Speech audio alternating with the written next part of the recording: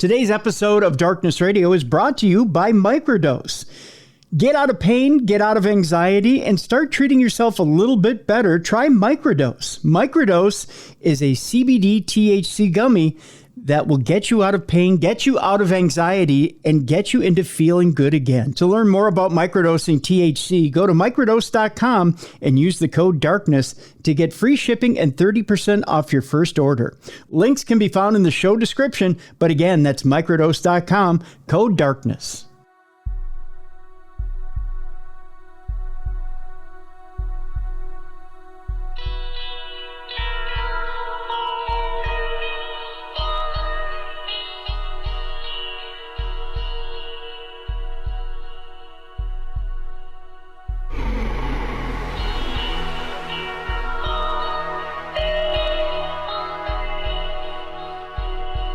Welcome in to the best in paranormal programming. This is Darkness Radio. I'm your host, Tim Dennis. Got an exciting show for you today, folks. We're going to mix it up a little bit here, and we're just going to kind of do a little paranormal jamboree, if you will. The reason for today's show, well, we're going to promote a friend's book today. We're going to talk with MJ Dickson. We're going to talk about Never Goodbye, Only Goodnight, Lessons from the Afterlife, which is a really, really fascinating book about her life and about her experiences in the paranormal. First of all, I'm going to encourage you to go get that book and take and read that book. I tell you, it is a fast read, a good read, if you want to sit down and read that book. The foreword is done by a good friend of ours as well, author, paranormal investigator, and he calls himself a D-list paranormal celebrity. I laugh at that. I think he's up there in the top echelon with all the rest of them. Richard Estep is with us as well today. Let's bring him in right now. Let's bring in both Richard and MJ Dickson. How are you doing today, folks? Doing great, Tim. How are you?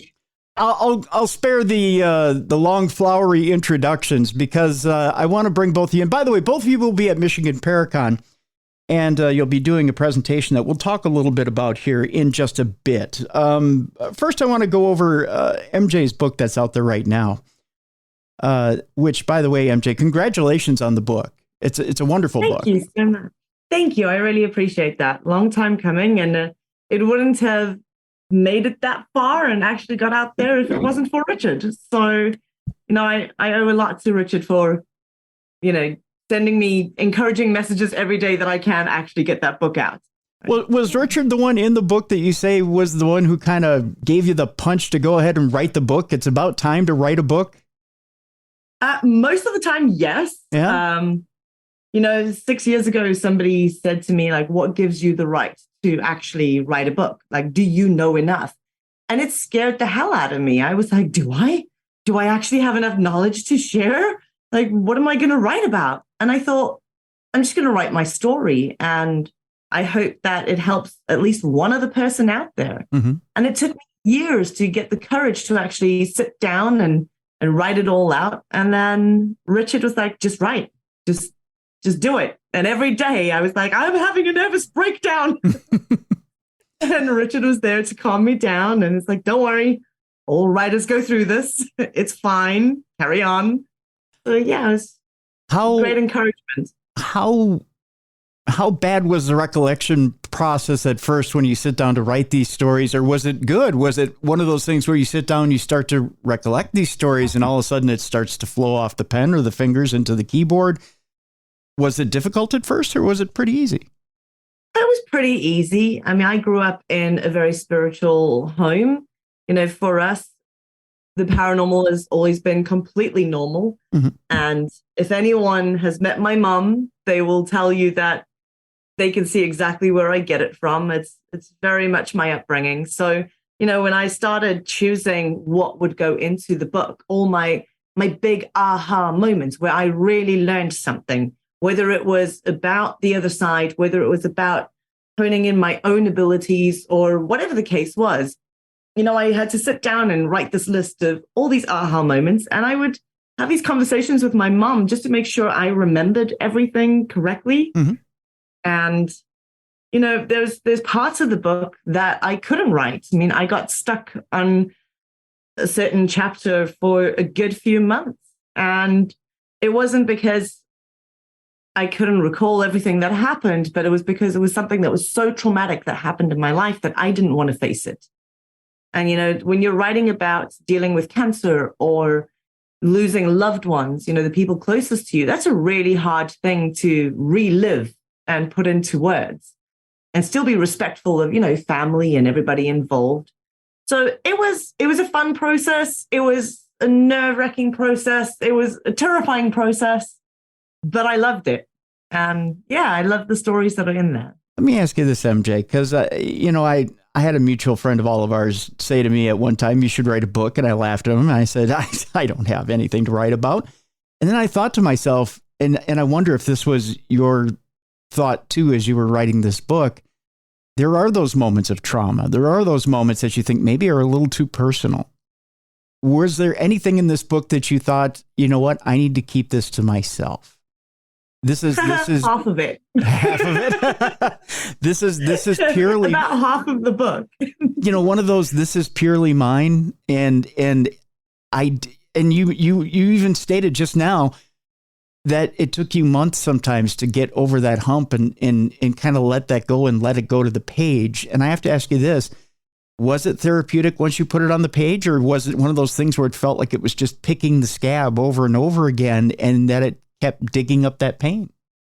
Honestly, it was really therapeutic to get it all out and to share that story. I cried a lot, and it was really difficult for me to convey some of the most traumatic experiences that I've had to deal with.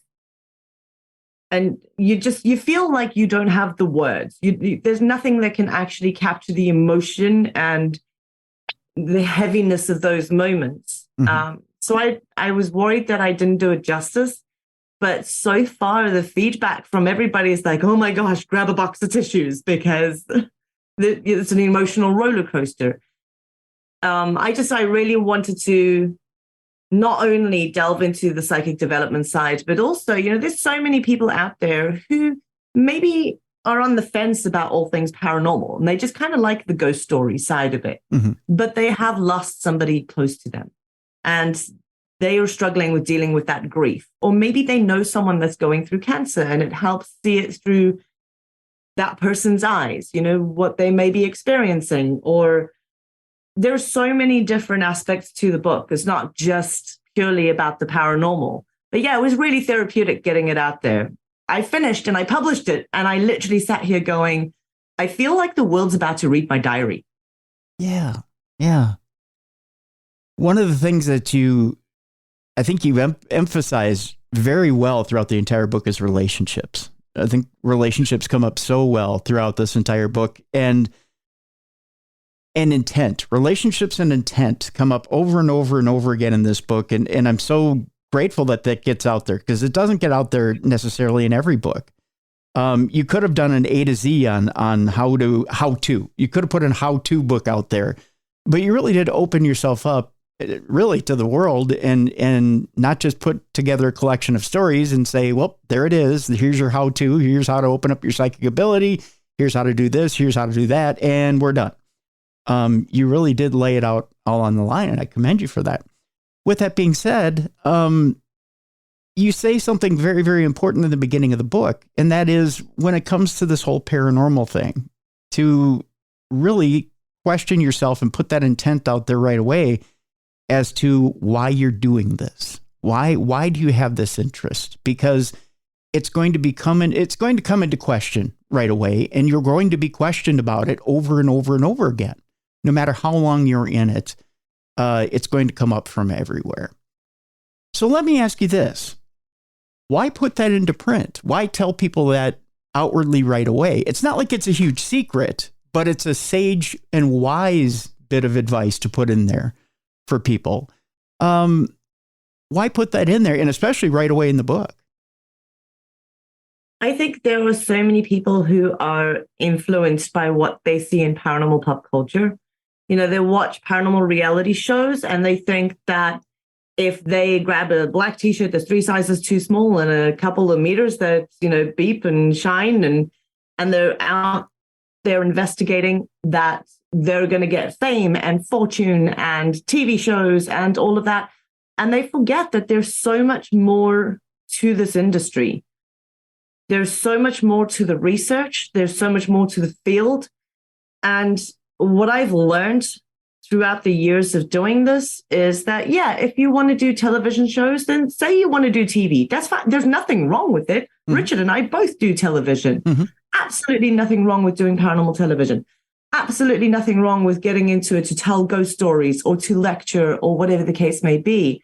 But, you know, for us, there is so much more to do with the research and furthering this field. And people tend to forget that. So, you know, when you stop and question why you're actually doing it and you wear your heart on your sleeve, I know you discover so much more about this field in the first place. So it's kind of like right in the beginning, stop and ask yourself, why are you in this? Are you in this to help spirits? Are you in this to figure out where they are, what they're doing? Are you in this to further the field? Or do you just want to be famous? Because there's nothing wrong with any of that.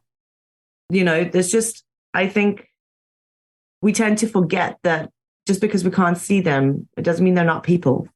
Yeah. I mean, paranormal investigating is cool, but yeah, you're dealing with people. Right. You know, you bring up an interesting point, and I want to bring Richard in real quick on this as well.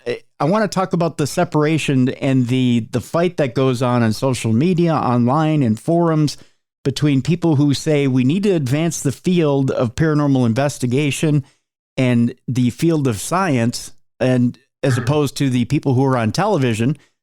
Being I have two people who have been on television and are on television, you know, as we move forward. Should there even be a fight, Richard, when it comes to the people who say, well, more science, let's advance the field. TV is ruining advancing the field of paranormal science. Or is it really just two things that can coexist together?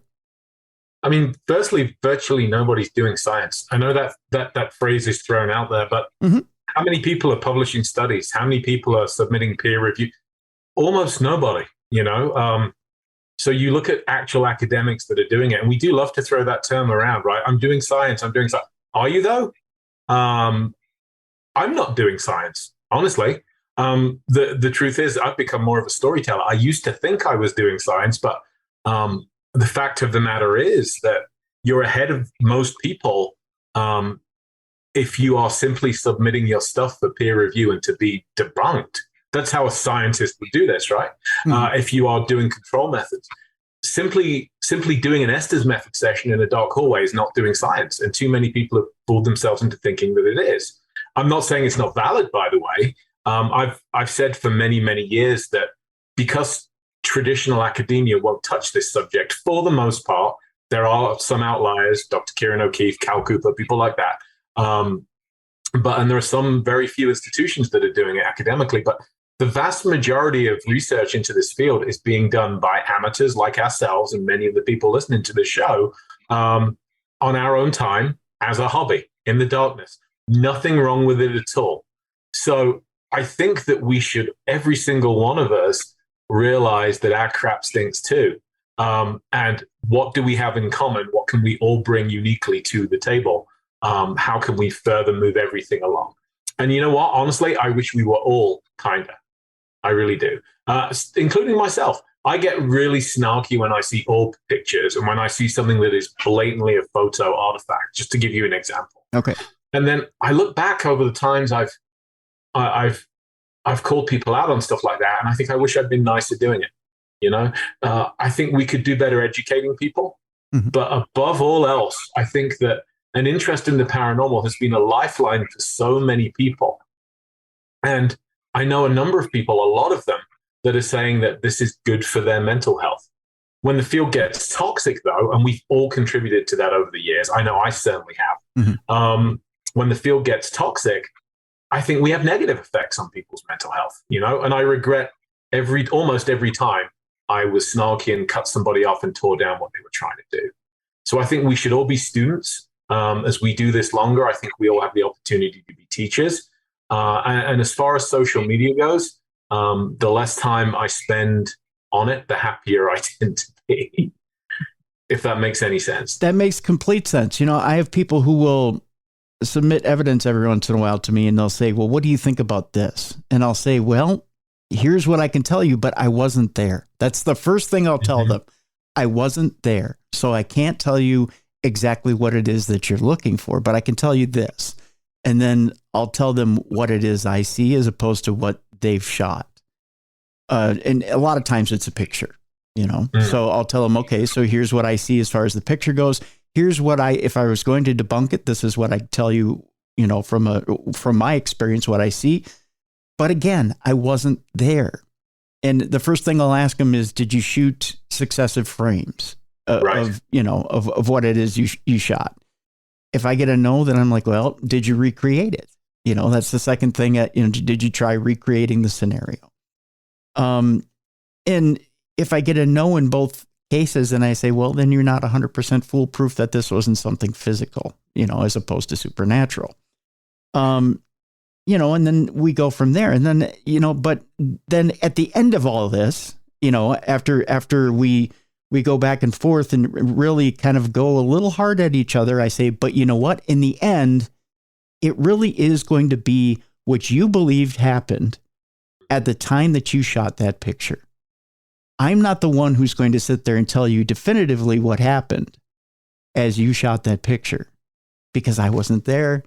I don't know what it was that happened to you. I don't know what you saw, what you heard, what you smelled at that time. I don't know. And I think that we all need to recognize the tremendous bias everybody has of wanting things to be paranormal. Mm-hmm. Nobody likes the idea that they spend $300 to rent a location that's haunted. I'm just pulling that number out of thin air. Sure. Or however much it is. And you take a weekend off and you invest in all the equipment and you go and something better happen, or I've wasted my time, and I'm not the kind of person that wastes their time, right? That's the core belief of all of us. And, there is also, unfortunately, the innate desire most human beings have to want to put themselves above others in some way. Mm-hmm. And this is a field which, if you're not careful, you will allow yourself to feel special, more special than others, if you believe you have a given talent or ability. Yeah. I've seen this happen with some who claim to be sensitives, mediums, and so forth. In my experience, the genuine ones don't advertise the fact. I mean, they don't run from it. They don't necessarily hide it, but they won't be the first person into a room full of people and start instantly sensing things. They will do what they do in the way that they do it, and they don't feel a need to be validated. Mm-hmm. They don't seek the approval of others. And this is a difficult thing to say, and it's difficult for people to hear.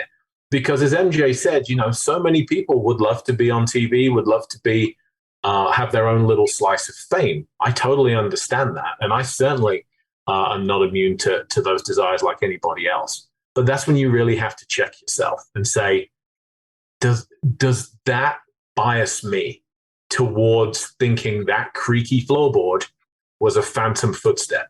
The number of times I've wanted to write about locations, I've gone there and literally nothing of note has happened. And I've had to check myself, because it's like, I spent how much getting here, and I took how much holiday time, vacation time, and am I really going to get nothing? And the answer, if you're going to be honest, often has to be, yeah, you're coming home with nothing. Yeah. Doesn't mean the place isn't haunted, doesn't mean other people haven't had paranormal activity there, but you do have to be honest with yourself. And that's very difficult. It's much more comforting to believe the easy self-lie than it is to face the possibility that this wasn't your night or your weekend. I want to touch on the whole scientific thing and television side. Yeah. Because as Richard said, we're not conducting things in a scientific manner. We're not writing an academic paper. We're not submitting it for peer review. We're not putting controls in place. We're sitting in a dark hallway doing a paranormal investigation, hoping for EVPs. Mm-hmm. However, I think what one of the biggest arguments is on social media and in the field is the fact that there are a lot of people who don't realize that, doing an EVP session is great, but what controls do you have in place? What do you have that can control outside noise contamination? Do you have a second recorder that can back up and validate the EVPs that you're getting? Do you have significant noise controls in place? So making sure people aren't wearing rustling clothing, everybody's settled. Do you have standard controls in place for each and every experiment that you are doing whilst in the field? We can teach better controls. It's not to say that it's scientific. It is to validate our findings in a better way, to have extra backup, if you will, whether that's video footage or audio recordings or whatever the case may be. We need to be a bit more stringent with our investigations and a little less ghost hunt and a little more paranormal investigation. Right. Yeah. And when it comes to television, it's television. They have 43 minutes to tell you a story about a location, a haunting, their history. There has to be some sort of a narrative. Otherwise, you're just watching a bunch of people running around a building, and it's like, wow, there's no real point to this. And those shows are out there if you look on the internet. Yeah, absolutely. But you have to take into consideration that a lot of the times those shows, some of them are in there for 6 hours investigating, and they put that episode together. Yeah. Others are actually in there for 3-4 days. And what you're seeing when they have a lot of evidence is condensed into that 43-minute segment, or 15 to 20 minutes of that, if you will, because of interviews and the likes. So we have to take television with a pinch of salt. There are shows that have credible evidence that they have captured. And there are, unfortunately, some of those out there who, might have a producer stomping their feet a little down the passageway out off camera. That's television. And it's up to us who are on TV to, stand our ground. I've had cases I won't name shows, but I have worked on a couple of shows where they have tried to get me to fake something, and I've blatantly told them to F off because I won't do it. And I had a very shocked director when I put him in his place. They actually changed the ending of that episode. Really? Took my ending out and narrated over it, saying MJ was so terrified that she had to leave the building. And I said to them, I was like, you might want to put my ending back in, the actual ending of what really happened. Truth was, it went really quiet. There were no more EVPs captured. I called it a night. There was nothing terrifying that happened and chased me out of the building. And they wouldn't change the ending until I told them, but that was filmed on my night vision cameras and I have the original footage. My cameras were still rolling when I told your director exactly what to do with himself. So either you change that ending or I will release that footage, because you will not tarnish my reputation and my name because of some show on one episode that's not worth 15 years of my reputation and my hard work. Wow. I'm sorry, but I just won't stand for it. So it's up to us on television that work on these shows to, stand our ground and not give in to network executives. That's the bottom line, really. Yeah. Yeah. Wow. And I agree with everything you said. And just to add to the science thing as well, in case people switch up in droves about what I said, we have to look back through history and look at the number of times that science has been wrong or has not jumped to the correct conclusion, not reached the correct conclusion because of insufficient data. So we tend to put the scientific model on a pedestal in our society sometimes, which is a great thing. It really is, right up until it isn't. Yeah. How many great discoveries of history, throughout history rather, how many of them went against the grain of what the best scientists at the time thought was possible? You just look at Einstein's theory of relativity as a great example for that too. You look at the way we've always believed you look at the way we believe that the Earth was the center of the universe. You look at the fact that science has been so sure certain phenomena couldn't happen. The universe worked in a certain way. And then along came a maverick, a renegade, or somebody who just saw the world differently and changed the whole paradigm, changed the whole worldview. So I would also say to the listeners you have that are paranormal enthusiasts and are going out there to these buildings, if there is a big breakthrough one day, or when there is a big breakthrough, it will be because of people like you putting boots on the ground. It won't happen in a lab. It won't happen in an institute. It won't happen, I suspect, at a university. It will be the sum total of all this field data that you gather that allows somebody further down the line of human history to say, you know what, there is a pattern to all this data. And that's when the breakthrough will come. So just because you're not doing science, as it were, doesn't mean you're not contributing. If, as MJ said, you throw in some controls to weed out some of the garbage data that we could all do better with controlling. You're absolutely right, Richard. In fact, there was a story this past week. We had it on Supernatural News that was talking about, and this is nowhere in the realm of paranormal, but talking about planets and how planets are formed. Scientists have kind of been thrown on their ear, especially with the James Webb Telescope now. They were talking about how they're finding these huge exoplanets that are being discovered with dwarf stars. They're being formed around dwarf stars. And the fact that they didn't know that dwarf stars could host these huge exoplanets and these forbidden planets. And they're saying now, well, that's not supposed to form that way. That isn't how the universe works. So they're being thrown on their ear and saying, well, this isn't, we thought we had the formula of how these planets formed around stars. And now we don't know. Now we have to go back and do our research and figure out how exactly life forms and how planets forms around, how they form around stars. So even if to make a long point even longer, if you think you know how the paranormal works, or you think because you've watched a certain amount of shows or you've read a certain amount of books that you think that, well, of course, spirits piggyback on electromagnetic frequencies and electromagnetic energy. And of course, I've got it all figured out and this is how this works. And I got it down to a T. And of course, I know how the science of all this works. You really have no idea.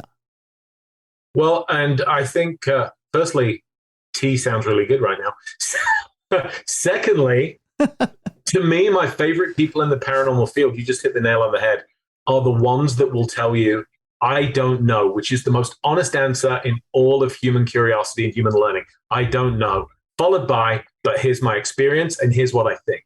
I could talk to those people all night, 27 years in this field. And I've learned that the more I think I know, the less I actually know, which is true in my day job. I'm a medical professional, and the more certain somebody is that they know it all, the less I want them doing surgery on my spine or whatever it is, A degree of confidence is good. A degree of education is excellent.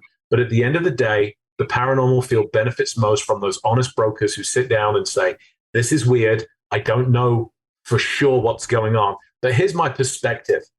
And I think once we get the quote unquote ghost people, the cryptid people, here in the US, we've got our Squatch folks and people like that. We get our UFO people. We all get together and we all have this common interest in weirdness. And it's our own unique flavor of weirdness, right? And then you start to realize it kind of has some common factors and commonalities. And you must see this on your show all the time with the variety of people you interview, Tim. The more you talk to different people in this field, the more you realize we have in common. But those real power players, people I want to listen to and talk to, are the ones that are willing to say, hand on heart, I don't know. Yet. Yeah, exactly.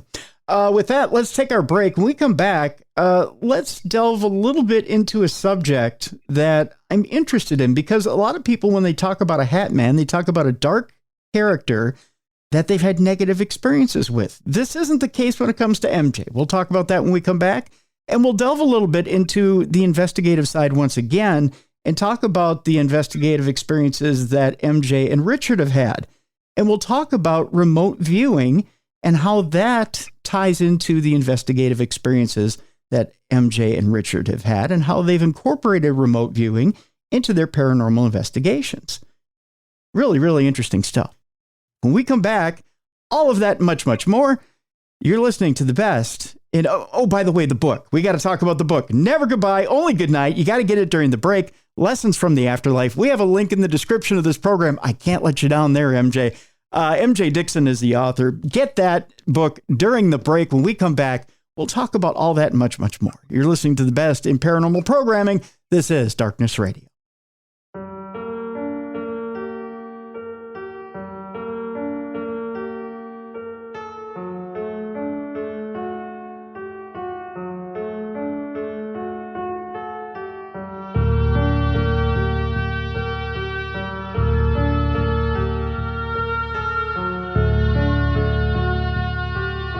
Welcome back to the best in paranormal programming. This is Darkness Radio. I'm your host, Tim Dennis.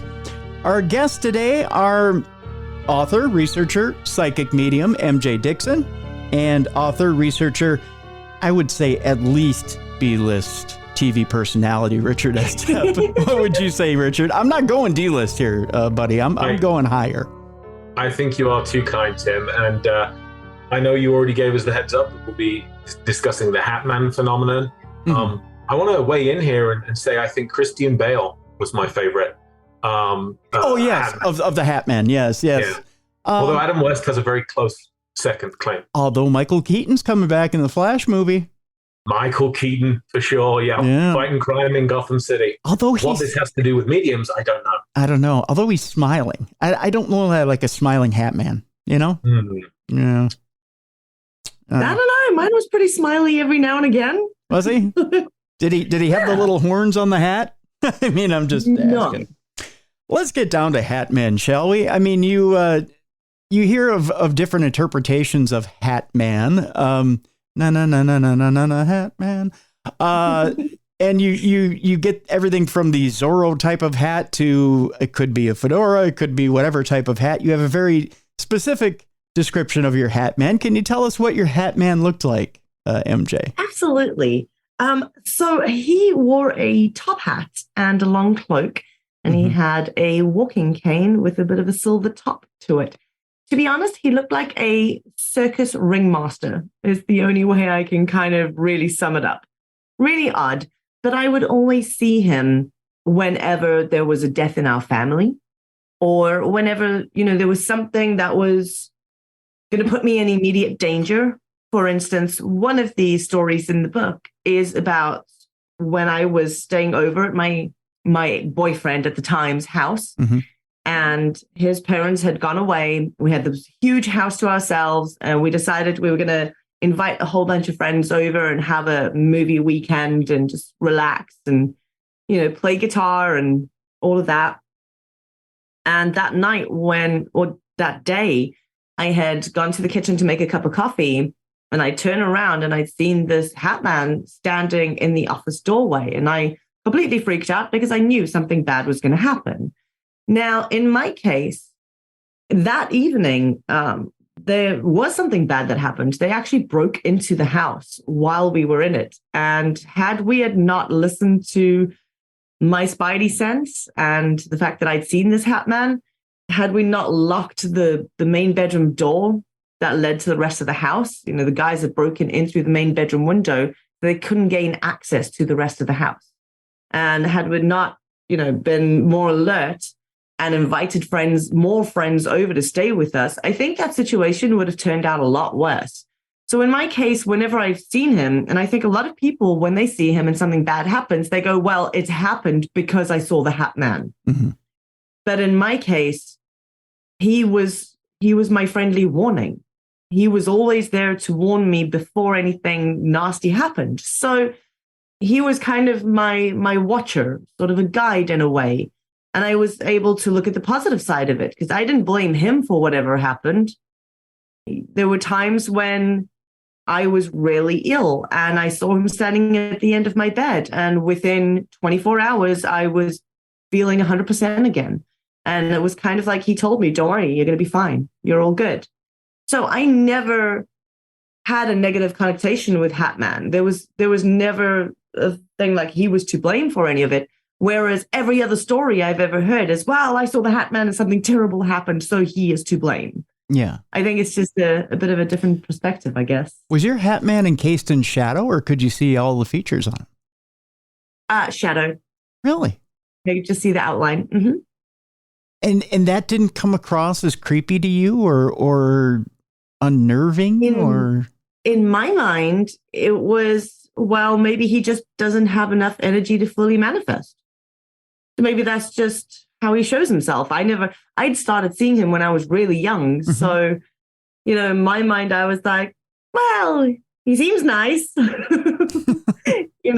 I guess that kind of carried through when I got to say, if he felt like he didn't have enough energy to fully manifest, I feel very much what Hatman feels these days. But isn't it interesting that these spirits that seem to be pre-indicators, whatever you want to call it, of of significant events, traumatic events, things like that. Like they're scattered throughout history with paranormal, aren't they? Yeah. Whether you're looking at banshees or the famous black dogs or things of that nature. And we've always tended to see them as a negative thing.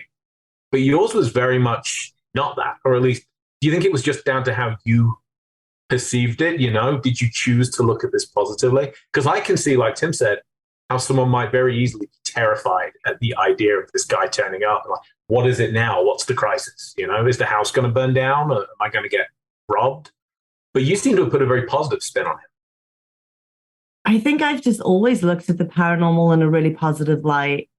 You know, I've always been a bit sunshine and roses when it came to my outlook on things. And I don't know, maybe that's just down to my mom and how I was raised, because she literally is the sweetest person to ever walk the planet.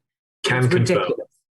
Well, I guess to kind of add to what Richard is saying, I mean, you did get a little bit of positive reinforcement from your mother in that she said, well, you know, darling, that could be your guardian angel as well. Mm-hmm. She always added to what could have been a negative situation, much like Richard said, you know, you see this dark, shadowy figure, you think it's a harbinger of doom, and you may be slightly frightened, even if it's the first time you see this shadow figure with a hat on it.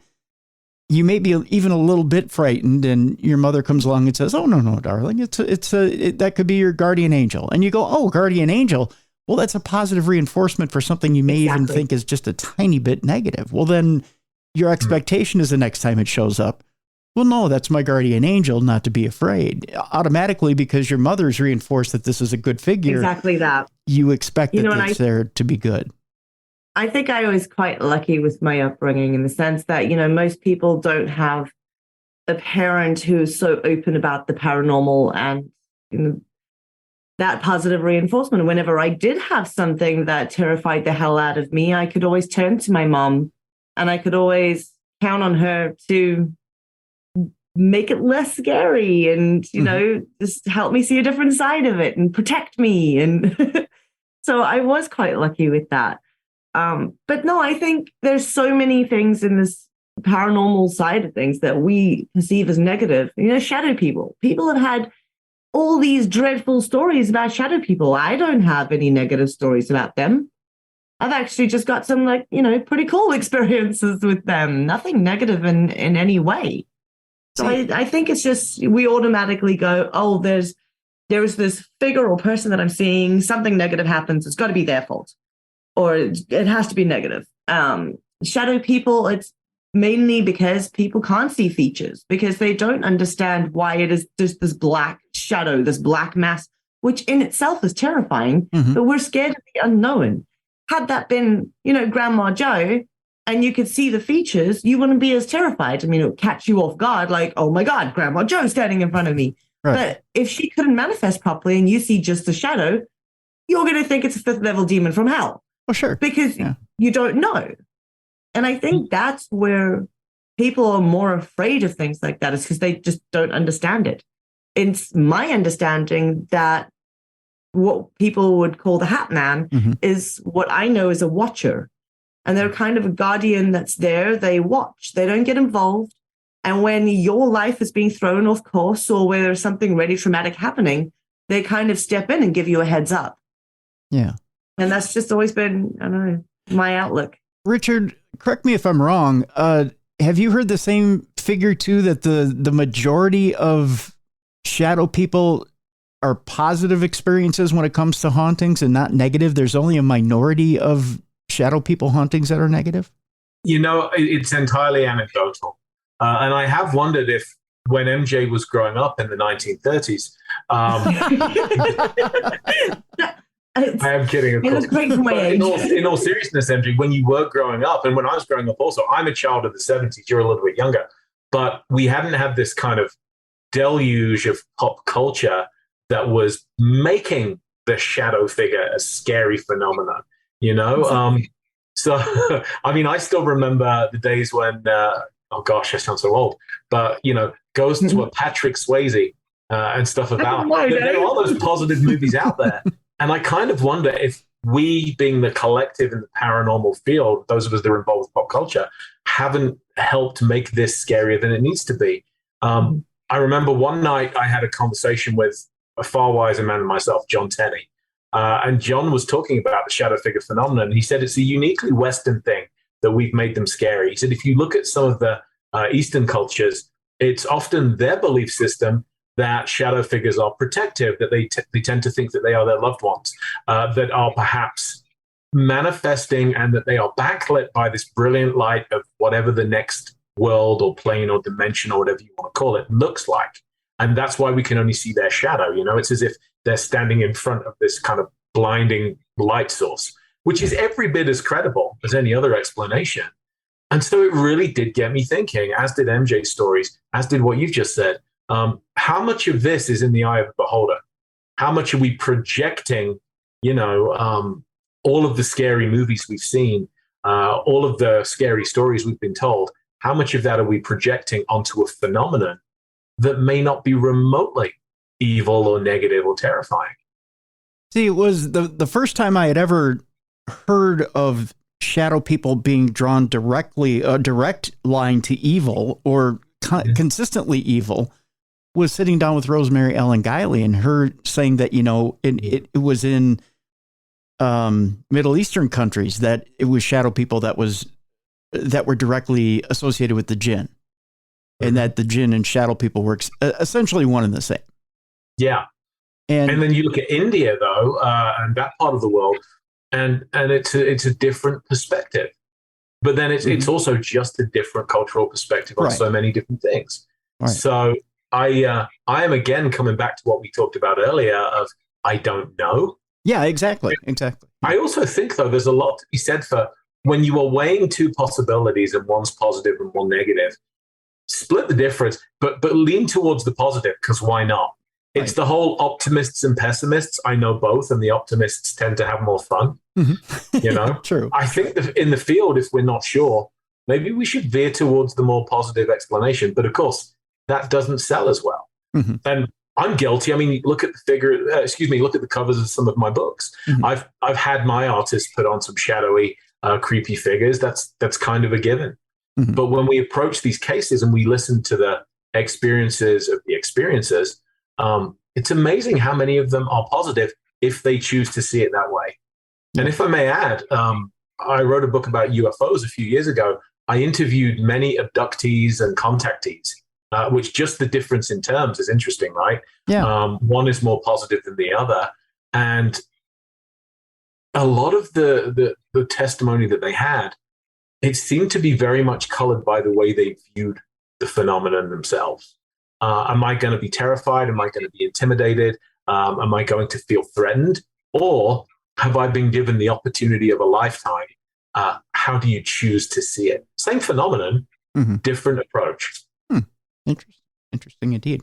The book that we're talking about, Never Goodbye, Only Goodnight, is written by Lessons from the Afterlife, is written by MJ Dickson. It is her life story, but it's so much more. It actually has many lessons in it, and many different things to teach in there, things about psychic ability. There are things about the paranormal in there to learn, and some good life lessons in there as well.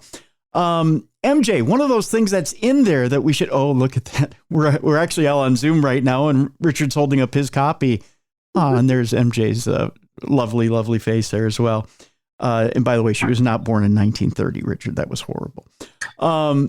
One of the things that's in the book, that's addressed in the book, is one of those things that I'd like to talk about right now. One of the things that we had talked about in Supernatural News yesterday was past lives. And one of the articles we brought up was that children are remembering more and more vividly and more accurately their past lives.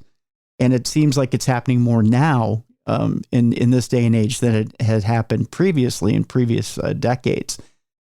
There's a story, if you don't mind telling it, about you not so much directly remembering your past lives, but a past life story. If you don't mind, MJ, can you tell us a little bit about that story? Yeah, absolutely. I still am a bit of a weird child, but when I was a kid, I was always making something artsy or craftsy, and my father had given me this old wooden cigar box, and he was like, well, make something out of it. You love making weird things, so go for it. Mm-hmm. And I'd spend so much time decorating this little box full of seashells and all sorts of things. And I called it my magic box. And my mom, she was like, what do you mean, like card tricks? Because at the time, my brother was, going to be a magician, of course. He loved card tricks and things. So she was like, oh, you mean like card tricks? And I was like, no, don't be silly, like magic. And she was a bit like, wait, what? What do you mean? So I remember getting home from school and my mom had gone through my room and found this box. And when she opened it, I had set up a full Wiccan altar, like mini altar inside this box with the right color candles, pentagrams, everything, all the elements. And she was like, okay, so tell me what you do with this exactly, because this is a little weird. And I said to her, I kind of steal all your herbs out of the kitchen and I make, spells, and I have these little chants and spells, and I burn herbs, and I do this and I do that. And she was like, oh, like that kind of magic. And one of the candles that I placed in this little wooden box, I named Akasha. Mm. And so when I was 10 years old at the time, and I hadn't read anything about psychic mediumship at the time. I hadn't, read any occult books or anything. I wasn't allowed to. And my mom was like, why'd you name it Akasha? And I was like, well, Mom, because it's everything. It's the spirit. It's like, it's all around us. It's Akasha. And it wasn't until many years later when a friend of mine gave me Kim Russo, The Happy Medium, gave me a copy of her book. Mm-hmm. And I was sat on the sofa reading, cuddled up under a fuzzy blanket with my hot cocoa. And I got to this part of the book where she started talking about the Akashic records. And all of a sudden, it was like a penny drop. And I was like, oh my gosh, also known as Akasha. And so it wasn't so much that at the time I didn't think it was past life, but then I started remembering a lot more. And I have these really vivid memories about being a certain age, much older than I was. I was 10, 11 when that happened. And I remember that I used to heal people with herbs. I used to, be sort of a wise woman of the area, if you will. And I actually had a really interesting experience. I was discussing all of this with John Zaffis when we were in Salem the one year. Okay. And I was telling him all about it. And I described the house that I used to live in and the area and et cetera, et cetera. And we went to Red's Diner for breakfast, and he grabbed a copy of sort of a little Salem tourist magazine thing. And he was like, MJ, did this house that you lived in and grew up in, did it look something like this? And he paged through it, and it was the exact house. Oh, wow. It's one of the oldest buildings in Salem. Wow. So I don't know if there's a connection there. There certainly is a very witchy connection. Mm-hmm. I don't know. I can't tell you. I don't know. But it certainly is fascinating. There were loads of things that happened throughout my childhood, knowing how to make crystal dowsing pendulums when I was really young and how to use them, knowing how to do tea leaf reading and all sorts of divination. I was 11 when I did my first tarot reading. So there were all of those things that I never learned from my mom. She tried to shelter me from all of that until I was older. Mm-hmm. And yet I knew all of it. And so, yeah, to me, past life, yes, possible. Definitely a possibility, but I couldn't tell you for sure. I have to research that more myself. When you say research, are you talking past life regression? And if so, who do you depend on, or who do you go to get that past life regression? I have no idea. I don't know. I mean, I know so many people who can do it, and a lot of them I trust implicitly, like, Karen Dolman, Janet O'Carroll over here in the UK. There are various mediums that I absolutely love and trust with my life. And I would love for them to do a past life regression, but there's just something that seems to be stopping me. I'm actually a little scared of it. I'm scared of what I'll find.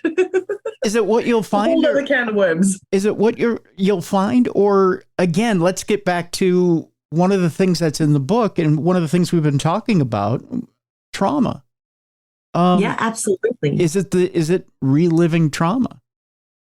I mean, that life had to end in order for me to be here. So would remembering all of that and doing a regression bring up the trauma of the ending of that life and how I died, or, what I went through that maybe wasn't so pleasant. So yeah, there's a lot of that. There's a lot of, I don't know, just nerves, I guess, is the right way to put it. Just a bit anxious to find out what actually happened. And I don't like the idea of like hypnosis and stuff. I'm a control freak. Well, it is. Are you hard to put under hypnosis? Oh, hell yeah. I'm stubborn as hell. Yeah. Because let's face it, if you were a witch in Salem, I mean, you probably didn't come to a great end. I mean, well, that's one way of putting it, right? But that's another thing. So I'm not scared of fire or anything in the slightest. I actually am a little bit of a pyromaniac. But I love bonfires and things. I absolutely love it. So none of that scares me. But I am petrified of water. I was going to say, how do you feel about drowning? Because I feel like I was drowned. Yeah. So, yeah. Well, the Salem witches were all, those accused of witchcraft in Salem were all hanged. Yes, I know. And it's a very poignant week to be talking about this, of course. It's today. Oh, well, yeah, today, the first in the States. Mm-hmm. It is. Yep. So, I find the whole subject of past lives to be very interesting. Part of me goes with Ricky Gervais when he's talked about it, and he said, I know I'm paraphrasing it, but Ricky Gervais has said, I've known a few past life individuals in my time, 2 Napoleons, so one of them's lying, which I always thought was fun. Yeah, exactly. And it's easy to dismiss, right? I tend to dismiss the more grandiose ones. I know 3 Queen Marys. Yeah, exactly. The ones that will tell you that they were Alexander the Great or whoever it was, as opposed to the guy that cleaned the public toilets in Aberdeen, as Billy Connolly used to say. But if you do look at some of the data, there are cases in which children know things they could not have known by conventional means. Mm-hmm. So just because some cases do not hold water, we should not throw out the baby with the bathwater. And certainly in India, where there has been some real serious research done, there have been cases in which children knew things, children in villages that are isolated, mm-hmm. No idea of internet access, let alone what's going on in a village 30 miles away. And yet they know things about what's happening further afield as if they had lived another life in that place. They've recognized people from those places. So there is some pretty compelling evidence once you get through the flim-flam that it also surrounds the subject. But this is another thing that I brought up in the book, right? Is something that intrigues me about this whole past life thing is we know that there's cellular memory. So when somebody has an organ transplant, whether it's a corneal transplant, whether it's heart, liver, whatever they had, they exhibit maybe a few traits of the donor. Mm-hmm. So maybe they start liking a certain particular fast food that they never used to like in the past, or maybe they start recognizing that person's family members or whatever the case may be. So what if memory can transfer through cells that way to an organ transplant, then it's not a far fetch to say that we could have ancestral memory, as in it's maybe my great-great-grandmother who was a witch and who was a healer in a small village and, wherever. And I have her memories. It's just passed down through genetics, through DNA. So I think that's credible. Absolutely. I think that there may well be some mechanism, whether it's cellular memory or something else. I couldn't tell you. I'm not remotely educated to that level, but I find it credible that some kind of mechanism like that might exist. Mm-hmm. And I would not be surprised 200 years from now if school kids aren't reading about it in textbooks while we are conjecturing about it today. Yeah. That's one of the things, again, that makes this whole field so fascinating, isn't it? And we come back to the whole people documenting their stories as you have in your book. This may well be one of those data points that somebody way further down the line uses to build their case. And I find that fascinating. I think from a philosophical point of view, I've always found it very hard, and of course there's bias here naturally, but I've found it really hard to accept that we come to this world and we are given, in some cases, days, weeks, months, if you're lucky, years and decades to experience all this, to get it right somehow, and then that's our one shot. It seems exceptionally unfair to me if you have any kind of beliefs in an afterlife or anything bigger than all this, it seems so unlikely that he would just get the one shot to succeed, don't you think? Yeah. I agree. I feel like I've been here several times. Gotta get it right at some point. Well, let me throw this back at you then, Richard. I mean, shove me in the shallow water before I get too deep. Let me ask you this. Do you think Hitler only got the one shot after the Holocaust? Do you think that was it for him, or do you think he got recycled? You are always on dangerous ground talking about that man, aren't you? Yeah. I think it's very, very tempting to just wish that guy was, well, let's hope there's an afterlife so he can burn forever, right? But then again, there are Christians would believe that almost anybody can be redeemed, right? It's possible. I don't know. That's a bigger question than me. And I don't want to give an answer that would insult the many, many people who suffered at the hands of that evil man and his machinations. So that specific example, I do not feel qualified to say.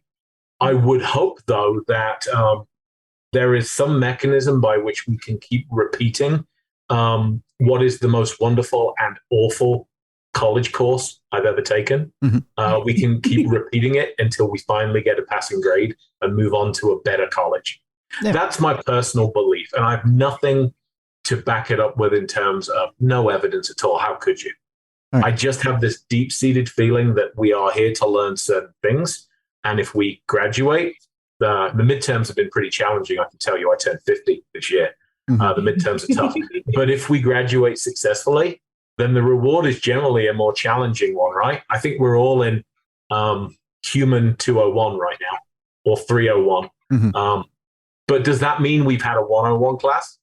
You know, when you see those people that have intense runs of luck and life seems to go really well, are they kind of the entry level? I always wonder, you know, and the folks that just have the worst fortune, the most horrific challenges to overcome, are they like, you know, the hardest level? And once you survive that and learn the lessons and internalize what you should, do you then get to level up to something better? I really hope so. I really hope there's more to all of this than the random chance some people believe in. And I kind of choose to see that life that way, because if I didn't, what would be the point, right? I can tell you what one medium once told me, and I don't know if I buy it or not. Mm-hmm. And that is the more, I don't know, MJ, you weigh in on this and you tell me if this is right or wrong from your perspective. The more spiritually advanced you are, the more physical and I guess the more challenges you have here in the physical world. So the more you level up, the more challenges you have when you reincarnate on the net, you know. So in this life, if you hit this life and you've got one problem after another, you're very much spiritually advanced because you know how to deal with each and every problem that's thrown at you. Whether you deal with it correctly or not, that's up to you, but you can handle the load that's been thrown at you because you're that much spiritually advanced. You know what I'm trying to say here? Absolutely. And it's funny because I was actually thinking about something really similar the other day.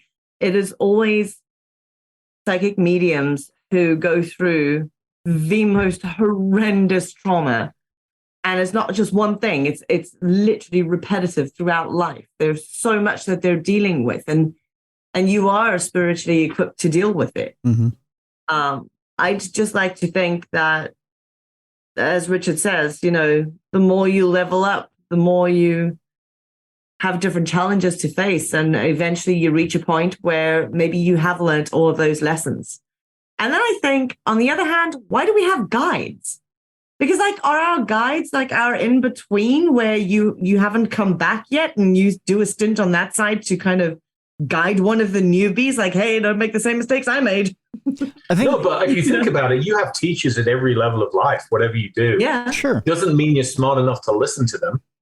Yeah, exactly. Oh, no, trust me, my guides could tell you some stories. Yeah. And just kind of sticking with this theme, Tim and MJ, I'd love to know what you think, but I think there's a feeling in the world right now that just globally there's a consciousness shift going on. Mm-hmm. People seem to be asking these questions more and more. there's a feeling in the air that there are just going to be huge changes, right? Mm-hmm. Is this some kind of mass acceptance of spirituality? Because it seems to me, at least, that the nice people are getting nicer and the mean people are getting meaner, almost as if there is a shift coming. Do you see that yourself? Yeah, I definitely feel like over the last couple of years, we've definitely gone through an ascension. So, and by ascension, I mean those who were maybe, how do I put it, like entry-level psychics, where they could kind of just pick up things around them and, they could tell that there's an energy around, but they couldn't hone in as to who it might be or any detail, right? And recently, there's been this weird energetic shift, and all of those people have kind of leveled up. It's like everybody's leveling up in a spiritual sense. And we have all these newbies that are just starting, like, wait, hey, hang on, something's happened here. And now all of a sudden things feel a bit different. It's kind of like they've leveled up to that entry level psychic side. And it's really fascinating because we do tend to go through these ascensions and shifts once every few years, where we'll have a massive thing that shakes humanity at the core. We have everybody, like you say, going one way or the other. They either become way more spiritual and way more accepting and a lot kinder and a lot nicer, or you have people that fight against the grain and they're just becoming a bit more materialistic. Yeah, materialistic and mean and egotistical. So I definitely think there has been a real shift and a real divide in the last couple of years, especially.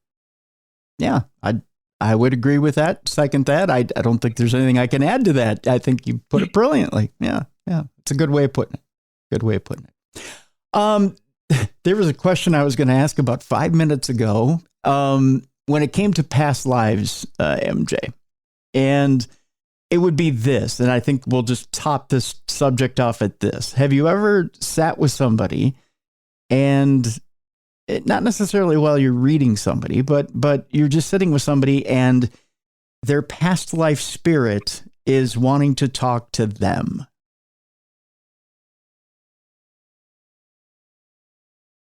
In a way, yes. Yes, not a reading or anything.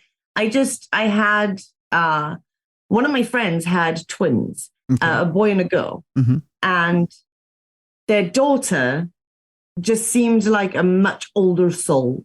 Okay. And I could never, if you put the two together, the son and daughter next to each other, they were so complete opposites. He was this like boisterous young spirit that was just full of life. And then she was just such an old soul. And there was just something about her. It's almost like I could learn from this 4-year-old. She had so much knowledge. And I just felt like this is her past life self coming through, until the one day she ran up to me, jumped onto my lap, looked at me dead in the eye and went, MJ, when I used to be big. And I was like, wait, what? Excuse me? And she went, when I used to be big, this is what my life was like. And I was like, oh, tell me more. And everything just clicked. So I had that sensation, I could feel that energy was different. We often say that child's such an old soul, or that person's way older than their years.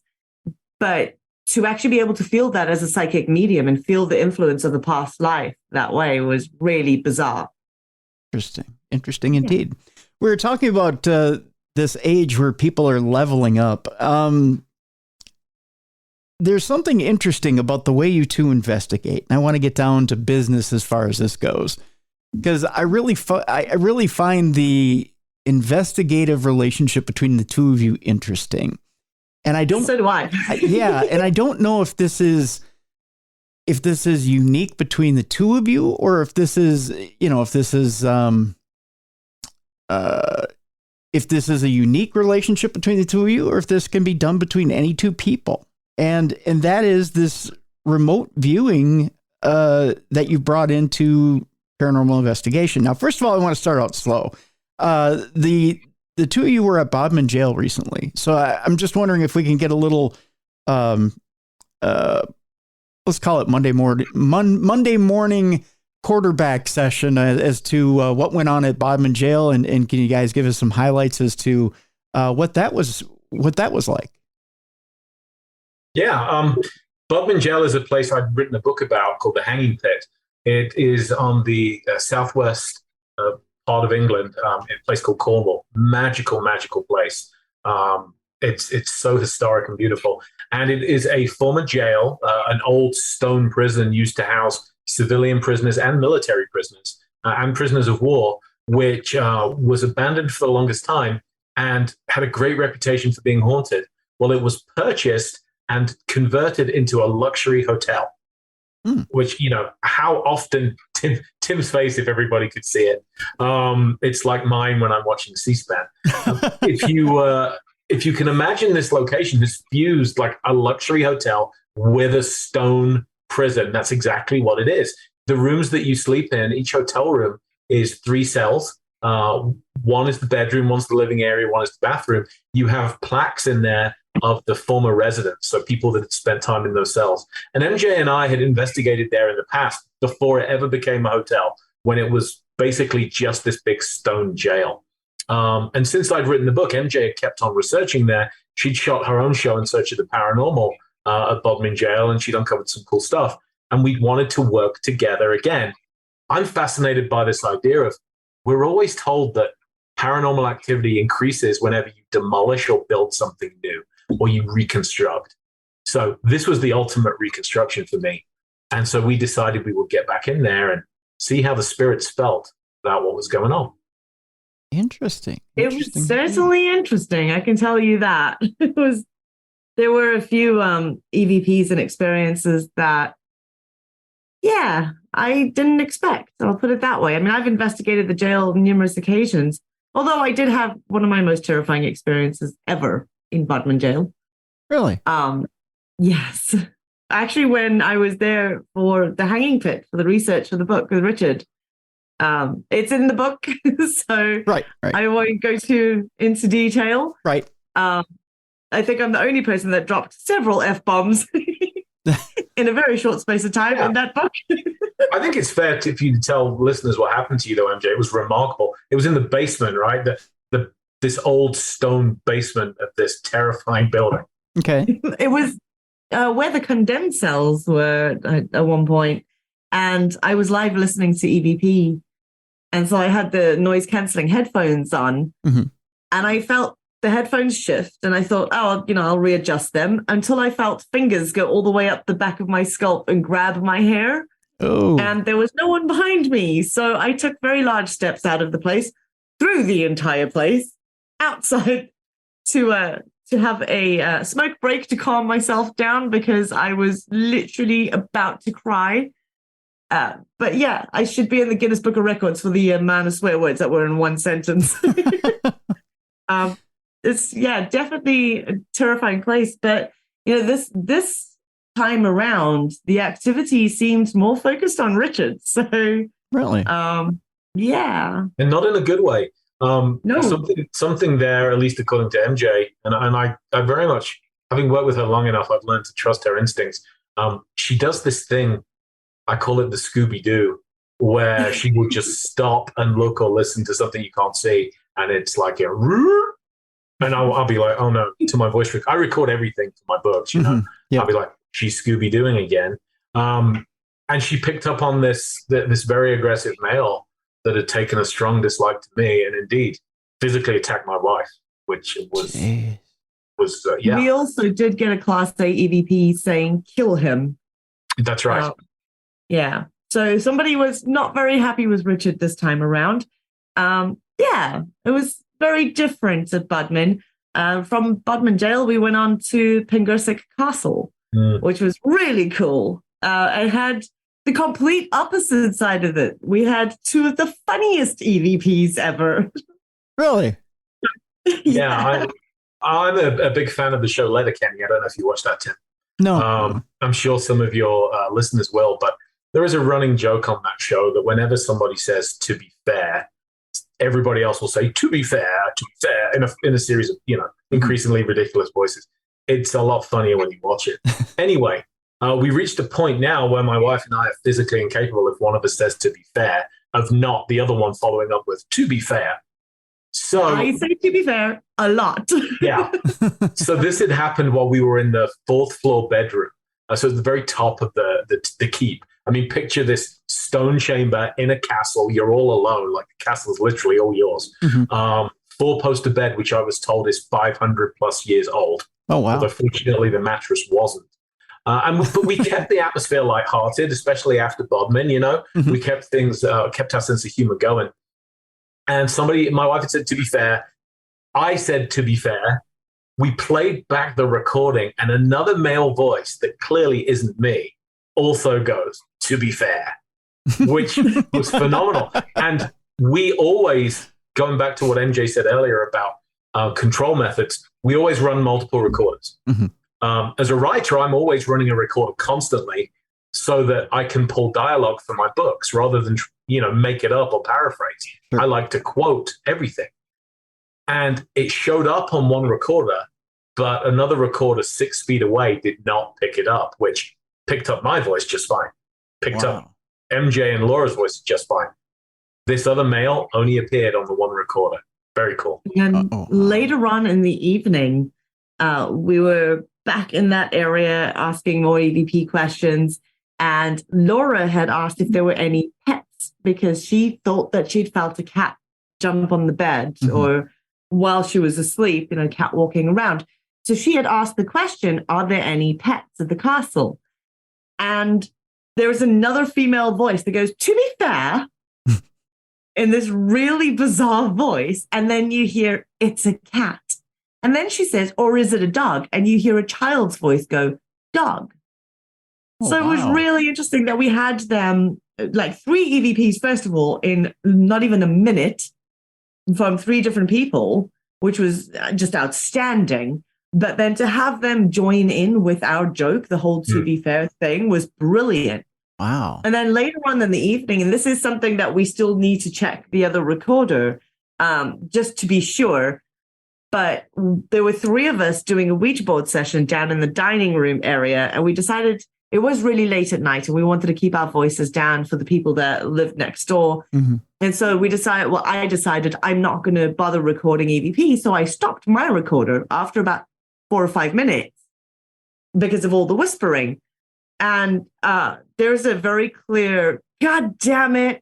So it's like, I don't know if we were getting something wrong, misunderstanding something on the board. But it's like this male voice that's super frustrated, like, God damn it. I just thought it was brilliant. It was great. We're getting the meaning of frustration. We're getting the meaning of something, huh? Wow. But it comes back, doesn't it, to the whole energy thing that, the vibe here was very much one of fun and life. We were investigating with our friend Kirsten Honey, who was the paranormal manager at Bodmin Jail. So all of our small group was very into the paranormal, but we also have I think a great collective juvenile sense of humor. And that might seem unprofessional at times. No. These sessions you would never put on TV, but the energy you get from the laughter and the riffing off one another, I find that we get more EVPs that way than we do doing burst sessions. And when we are very somber, the whole, does anybody wish to communicate with us? And I always hearken it to like being at a party, if you're in a room full of people you don't know and you have a bunch of conversations going on, you're going to make a beeline for the most interesting and the one that seems the most fun. Yep. And so I think that happens a lot of the time with EVPs. The best ones seem to come when the atmosphere is light and positively charged. Yep. Yeah, when Richard and I did our tour last year, May, for his book, Spirits Behind Bars, we investigated Shepton Mallet Prison for 4 nights. And then we did the Skirrid Inn in Wales, which is one of Wales' oldest inns, or the UK's oldest inns. And allegedly 180-something people were hanged at the Skirrid Inn. So, really dark history in that. But we were actually doing this human pendulum experiments along with EVP. And we captured an EVP on my recorder, not on Richard's, which was literally 3 centimeters away. They were right next to each other on the counter, the dresser. And it's a crystal clear male voice that says, thank God my friends act normal. And it's a full sentence and it's brilliant. I love it. But it just goes to show, how much they're standing on the side watching what we're doing or taking part in our jokes and our humor. that, you know, unfortunately, we don't get to investigate in person together very often. No. So we came up with a way of investigating transatlantic. Yeah, now do tell. Now we MJ, when we last talked, we were talking off air, and you told me a little bit about this, and I never thought to think, okay, how could you now we've all heard of the concept of a remote viewing, where, and especially the whole, you know, goat thing, and we've had the people who originated that CIA program on the show. And you know, the whole fainting goat and the remote viewing thing, and being able to sit in one location and be able to see with odd detail and accuracy what's going on or what's in a different location. Now, I've always been told, and you and I were talking about this, that you didn't need psychic ability in order to remote view. I've never bought that concept. I've never bought that there was that remote viewing and psychic ability are separate. They're two different things. Are they? Well, I say that. Remote viewing, from my experience, okay, I tune in a completely different way if I'm doing a reading for somebody to how I tune into a location where I'm stood in a haunted location and I'm trying to figure out what's around me. That's two different ways of tuning in, completely different. Really? But remote viewing is completely separate to all of that. It's just a totally different way of tuning in to a location so far away. Can you get the day I learn how to articulate that properly and explain exactly what my method is, I am putting it in a book. Because I feel like other people need to be able to explore this more. Right now, we're still trying to figure it out. Can you, in layman's terms, can you tell me what it feels like as opposed to from giving a reading to actually trying to tune into Richard in a remote location? Giving a reading for somebody, you're not so much tuning into their energy as much as whoever's coming through. So, you know, they're sat in front of you, and so their family members or their guides or whoever's around them. I mean, you do tune into their energy to a degree, but you're focusing on who else is coming through around them. Okay. In a location, you're focusing on who or what may be in that location around you. That's tethered to the location. So, for instance, the best way I can describe this is if you had to walk into a bar and stand there and take note of each and every person that stood at the bar counter or around you, right? Okay. And just kind of get a feel for their energy. So you've got a bunch of jocks sitting, talking about the football, having beers. You got a few businessmen after work drink. You know, you've got some girls on a girls' night out. You got one guy that's really lonely, whatever the case is. So you look at each group of people or each scenario, and you can kind of feel the energy from each group, right? Okay. So you know if you scan a bar, like, oh, that guy's going to be a mean drunk. He'll be a bit of a troublemaker. You can tell. So if you had to close your eyes and still focus on where those people are in the bar, even if you're not psychic, you would still be able to pick up the different energies. And it's just a case of training yourself to do that. So that's kind of what I do when I go into a haunted location, is I'll close my eyes, I'll tune in, and I'll kind of feel the place out and feel where the vibe is different and whatever energy I can tune in on. But in the remote viewing case, when Richard said to me, like, hey, I'm at a haunted location, do you want to tune in and see what you get? I was like, I don't know how. Okay. And there it is, right? We talked about I don't know earlier. This whole thing started with MJ very honestly saying, I don't know, but I'll give it a shot. And what's interesting is if it hadn't worked at all, we would have just dropped it after that first instance. Yeah. And it did, probably, but it did work, and it got progressively sharper the more we did it. So I started learning that I couldn't tune into a location where I didn't know where he was. I had no idea what state, what building, nothing. So I had nothing to kind of grasp onto or tether onto except for Richard. So I would kind of hone into Richard's energy. And then once I could grasp onto that, I could see what was around him. I could kind of close my eyes and tune into everything around him. So I kind of use Richard as an anchor. Okay. You said anchor, right? Yes. Yeah. Yes. Anchor. Yes. Anchor. And I just for the more skeptical listeners, like I take great pains. You can always tell if you're my friend on Facebook or follow me on social media. It's a giveaway that I'm going to be doing something with MJ because I go radio silent about where I'm going. I don't want it to be said that, oh, she just looked on Facebook and saw where you were.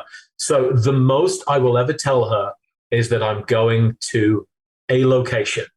And, anybody that's familiar with my work in the States, I've driven from my adopted home in Colorado all the way to Fort Mifflin on the East Coast. I go west to Utah, Nevada, you name it. I could be in one of 1,000 places. You could not guess where I'm going. And so I also tell my fellow investigators the same thing. Keep it under wraps until we've done the walkthrough with MJ.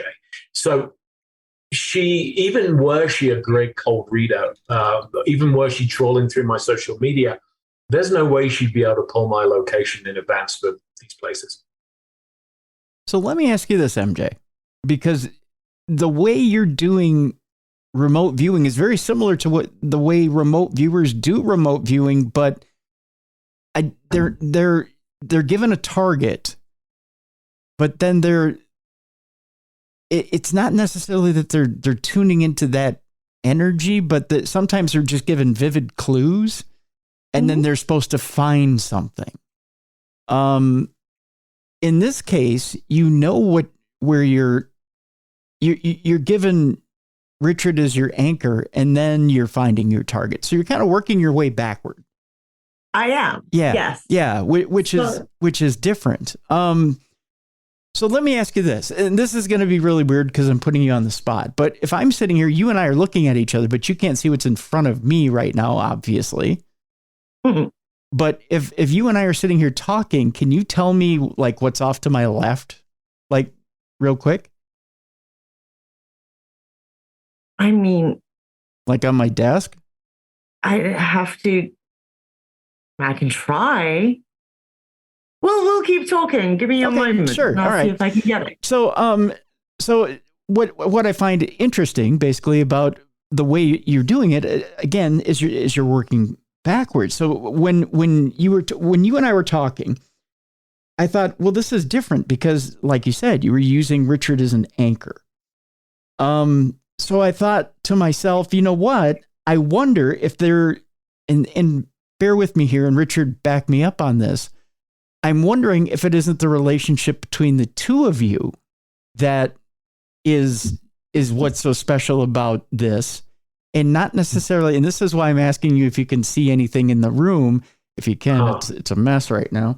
But the only thing I did that popped into my head very briefly was a really weird little Funko Pop, but that's it. Do you see what it is or what kind it is?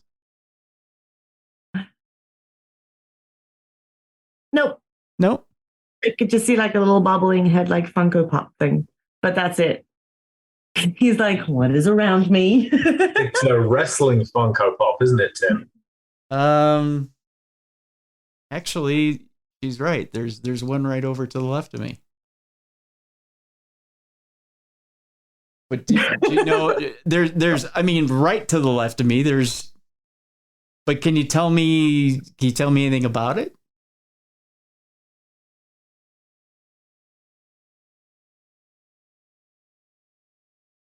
If I'm looking at it right now, can you tell me anything about it?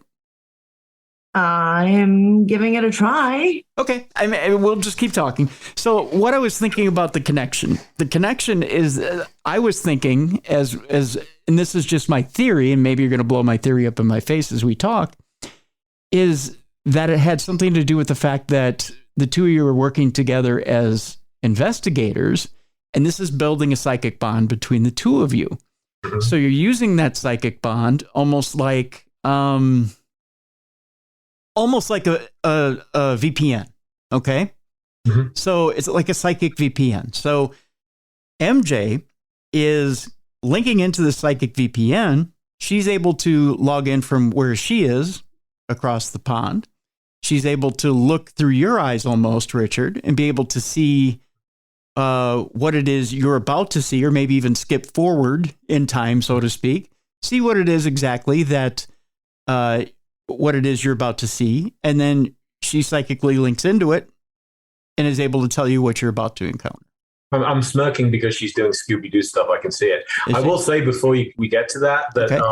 I think there is some kind of bleed over as well, because in one case we were working on, she was giving a whole bunch of answers that did not make sense to me. Mm-hmm. And we realized after I was punched by the location owner, who was standing 2 feet to my left, that she was reading the location owner. And she was talking about how one of this person's loved ones had died in a very specific way, a very specific type of violent, traumatic accident.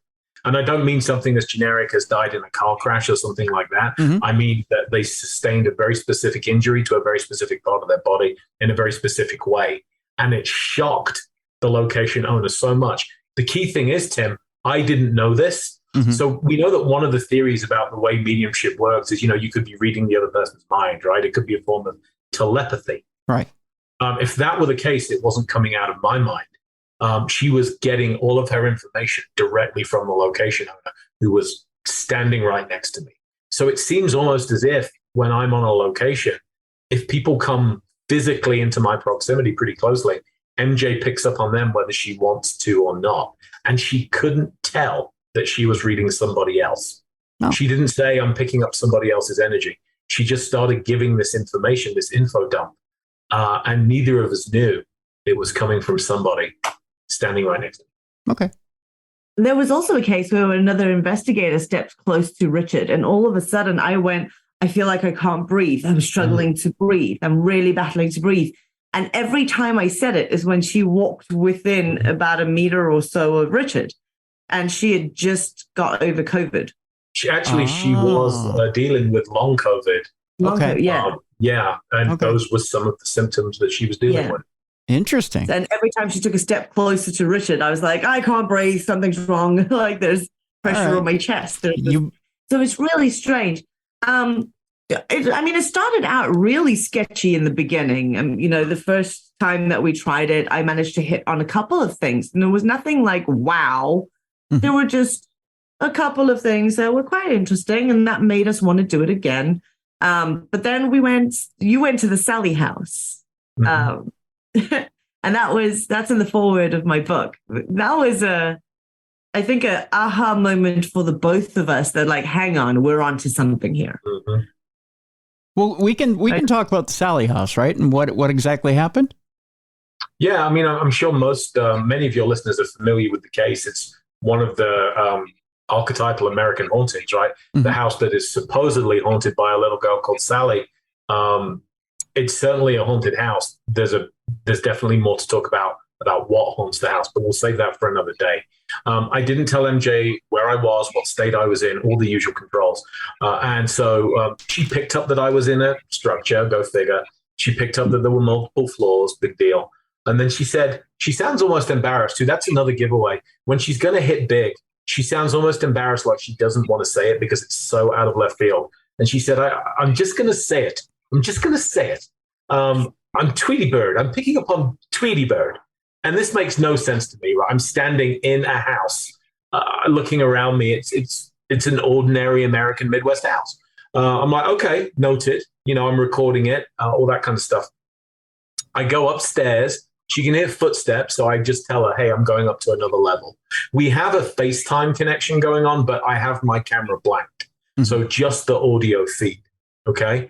And we go into the nursery at the top of the stairs, which was ground zero for the haunting. This was where the activity started and seemed focused. And she said, yeah, I'm getting like a red floor, and they have red carpeted, which is, cool, but it's a primary color, right? I'm not hugely impressed. And she says, yeah, there's Tweety Bird again, what Tweety Bird? And now this nursery has all plush, soft toys in it. People leave gifts for Sally, the little girl, as offerings, tokens of appreciation. I open the closet, which I have not been in yet during my time in the house. So I've not seen in this closet. And there, staring back at me from the closet, is a plush Tweety Bird from Tweety and Sylvester, Now, if you had just said, I'm getting soft toys, kids' toys, cartoon characters, whatever, you can figure that, you Google a location, there's probably a kid's toy somewhere, usually a doll, right? We've all seen it. Yeah. The more sinister, the better. But when you say Tweety Bird specifically, you think of the tens of thousands of cartoon characters, anime characters, you name it. She nailed that. And I was just floored. There's no way she could have known what state I was in, what location I was in, what room I was in. She could tell I was on the upper floor. That's all, I guess, because she heard me on the stairs. But Tweety Bird, where on earth did that come from? And to this day, Tim, I have no good explanation. It got a bit weirder from there because at one point you went down into the basement area. Now, I didn't know where they were. I knew nothing about the house. And even if I did know where they were, I didn't know about this anyway. So there were apparently sigils that were drawn all over the floor in the basement that was supposedly where somebody conjured something. Allegedly. Yeah, allegedly they conjured whatever in the basement of this house. And so Richard's walking into the basement and I'm like, oh, I see things written all over the floor. There's like these sigils.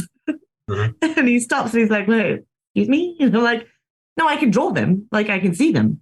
So I can draw it. Well, so like, and before you go on, you insisted on stopping me at this point and drawing it. Yes. And then sending me the drawing before I ever revealed my camera. So that's a control there too. We have the video of this. So she's like, stop. I got to draw something. I'll send it to you and then we'll move on. Wow. Yeah. So I sent him my sketch. And then Richard's like, I'm going to send you photos of what was on this floor. So I send him my sketch first, and then he sends me the photos. And I'm like, well, shit. It's nearly identical.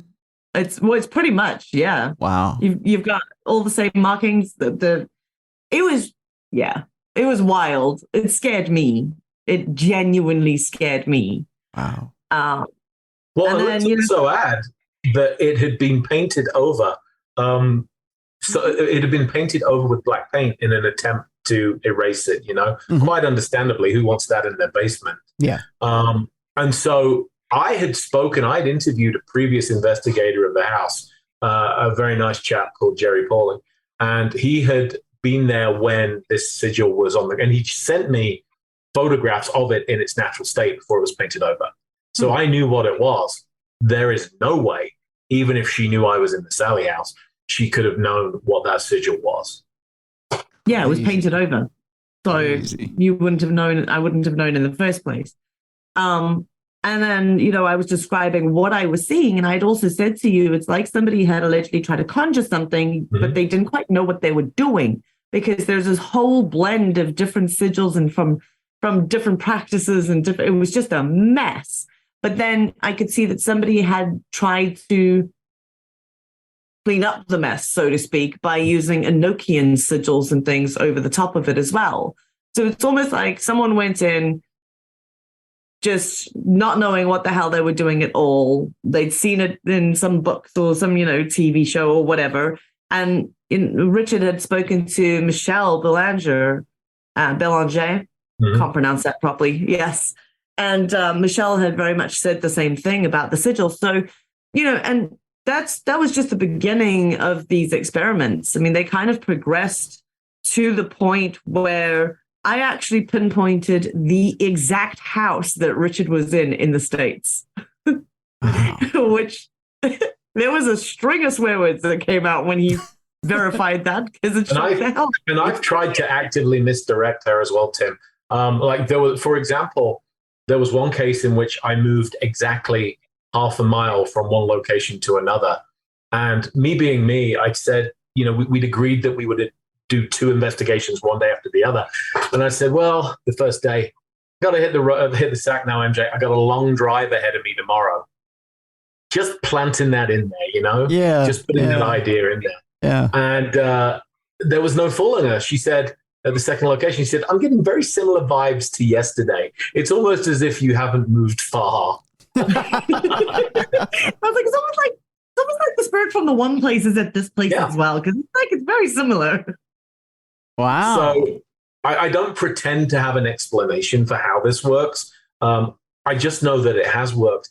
And we've had MJ hit things like the color of a red ball on a floor. That happened at the Beatty Mansion in St. Joe, Missouri, things of that nature. The Hinsdale house, I think we were going to talk about briefly as well. Yeah. Again, that was one which I kept completely secret from MJ, which state I was traveling to. That was really weird because at one point, like I'd picked up on little things, but at one point, I said to Richard, I was like, okay, so I can see a little round table with 4 chairs around it, a fridge that looks like it's out of the 70s, and I can see this and this and this, and I'm describing everything I can see. And then he had a bit of a Tourette's moment. Also, I think you're forgetting that upstairs in one of the bedrooms, you'd ask specifically, is there a religious symbol, a religious icon, something in this room that has angered the spirits? And I was because looking. Something had just been put in that something room. that had just been put there. And I was looking, as we're having this conversation, at a crucifix that had been put on the nightstand. So again, massively specific. Wow. Yeah, it was definitely interesting. And then I managed to pinpoint that Richard was at the Hinsdale house only because I could hear the spirits of the house ask if Daniel was okay, the owner. Oh, really? And it's the only location that Richard had done that I had another connection to. So I knew the owner of the place. And that was the only way that I was like, wait, why are they asking me? Wait, hang on a sec. Oh my God, I know where you are. I was like, that is really weird. It was really surprising. But we're doing an entire presentation about all of our findings and the cases that we've worked on. I mean, we've tried things with remote viewing items. We've tried remote viewing in locations next to each other, far away from each other. The big threat I make, Tim, and one day I will make good on this and I will video it, I swear, is that I'm going to come to the UK unannounced and I'm going to FaceTime MJ from her own backyard. Oh, that would be house. Yes, that would be perfect. Yeah. Just to see how that works out. Like I'm hiding in a bush in your back garden, just see if she knows. Yeah. And you know what, Richard, that's incredibly creepy. I don't know if you know that now, right? But not as creepy as if she gets it right, But for a woman that's been through that much trauma, Richard, I mean, it's just... Pardon my language. I can easily foresee how it's going. I'm picking up on a female energy. It's she likes to write. She's creative, but not quite the writer that you are, Richard. Oh, gee, thanks. Wow. Yeah, pardon my language, buddy, but that's incredibly fucking creepy. Backyard unannounced. But do you think, in all seriousness, MJ, like if I were within like 100 feet of you and you didn't know, would you remote? And do you think you would get that like massive intensification of energy? Would it? Because like your VPN, right? And right now you're in England, we're in the US, widely separated, and yet we have instantaneous communication. It doesn't matter to the ones and zeros we're using to communicate how far we are. Would this be the same with your ability? Do you think? Is there a signal strength thing based on location, or does it not matter anywhere? I definitely think it will be increased. I think that because purely of the fact that when we were at Bodmin Jail recently together, and I was concerned of the fact that something was getting to your energy, I kept scanning your energy constantly to see if there was any changes, because I know what your energy feels like. And my concern was, is something getting a bit close to you? And it was way more intense. I could literally just look over and be like, yep, psychic one's over. Yeah, you're good. And I would do that with each person we were with. But you're physically in the same space then. And like, your other senses are at play. And I hate to say your normal psychic senses, because that sounds, but I should say that's the more conventional way of us working, right? Yeah, but let's say I was in the room next door, or your local pub, like 200 feet from your house. The Swan. It's got to be intensified. I wonder. We tried that, so we don't know. We need to try. There's so much we need to test. And Tim, with MJ going to Africa, one of the things that we've talked about doing is seeing if we even need a FaceTime link at all. If we agreed on a start time you know, and I would go to a location at what is 9 p.m. my time. And at that same time in Africa, MJ starts trying to read me, and she just writes down a whole bunch of impressions. She doesn't hear my voice. She doesn't have phone service or anything like that. Will we find that the communications link is completely redundant? We don't need it at all. I can't wait to find out. To be fair, I think that it would be redundant, because how many times before I've even known that you were going on an investigation, I've written things down. Yeah, and then I've messaged Richard and he's like, do you fancy tuning in this weekend? I'm like, funny you should say that. So I have notes. And weird things happen in your home when we're going to do this, don't they? Yes, absolutely. I get more activity. It's almost as though when I'm remote viewing in, even unexpectedly, when, you know, it's kind of like this link just happens and I'm like, and I start getting information, but it's almost like a two-way thing, because then things start happening in my house. So for instance, you went to Ashmore Estate. Yeah. And I didn't know you were going on that trip at all. And I was on a Skype call with another friend of mine sitting in my office upstairs. And literally behind me, I saw this man walk down my corridor in sort of a hospital uniform. And he was guiding a patient in a hospital gown down my corridor. He stopped at the door, looked at me and went, "This one is feral." And he carried on walking. And I was like, what the hell? And my friend was like, "Are you okay?" And I said to her, "Well, yeah, but I think I'm going to get a message from Richard to tune in. I think he's at an insane asylum or a hospital of sort, because like he just marched somebody down my passageway. This is really weird." Literally at that moment, that very second, I got a message from Richard. "Hey, can you tune in?" And I was like, haha, sure. Well, and you had warned I just saw. Talking about the Sally house, a number of people had told me, be very careful of that house, that there is something dark and negative in there. And I try to be suitably respectful, but not, you know, I'm one of those people that believes, like, if such a thing as curses exists, they have as much power over you as you give them. Yeah. So, you know, I didn't want to be too put off. But MJ had warned me that there was something dark and negative very much attached to me. And she'd sent me a picture of this. It was very Hollywood, I have to say, you know, very kind of James Wan, the kind of thing he would have directed. Sure. Like the thing from Insidious, long fingers, stuff like that. And she said, this thing is kind of glommed onto you, so be careful. I'm like, okay, I don't know how to be more careful than I am. I leave the Sally house. I'm driving home to Colorado. So I'm heading west, and I'm about half an hour outside of Atchison, Kansas. And all of a sudden, I lose complete control of my vehicle. There's been a loud boom, and I am skidding off the road, getting religious real quick for an agnostic. Unfortunately, I was okay, but my brand new, I've got a brand new set of Cooper tires on my truck, and this rear driver's side tire had just shredded. I mean, I don't mean a flat tire. I mean shredded, you know? And I messaged MJ, and she said, something did not want you to leave that house. It wanted to keep you at the house. I took it to the garage where I got the tires, and they said, this is very rare. Either it's an extremely rare manufacturing defect, or we don't know what happened, but you had what's called a zipper tear in your tire, where the whole thing just completely came apart. Yep. And they said, you know, it does happen. Does it happen often with brand new Coopers? No, it doesn't. So they replaced it without a second thought. And it had me wondering, you know, MJ had warned me about this far in advance, that something negative would target me at the Sally house, and there we go. Let me ask you this, Richard. How does an agnostic defend himself against an attachment? That's a really great question. I used to be about 60 pounds ago, when I was a firefighter and a hazmat technician. Part of the job was, you know, we would go into meth labs and clean those up. And we would come out, and there was a whole decontamination process. And it looks a lot like that when I come back from a haunted location. I will be standing in my driveway at home. My wife won't let me in the house. Out comes the sage and the protective herbs and stuff like that, and the various sprays. Yeah. And I've always said, there's an old truism, Tim.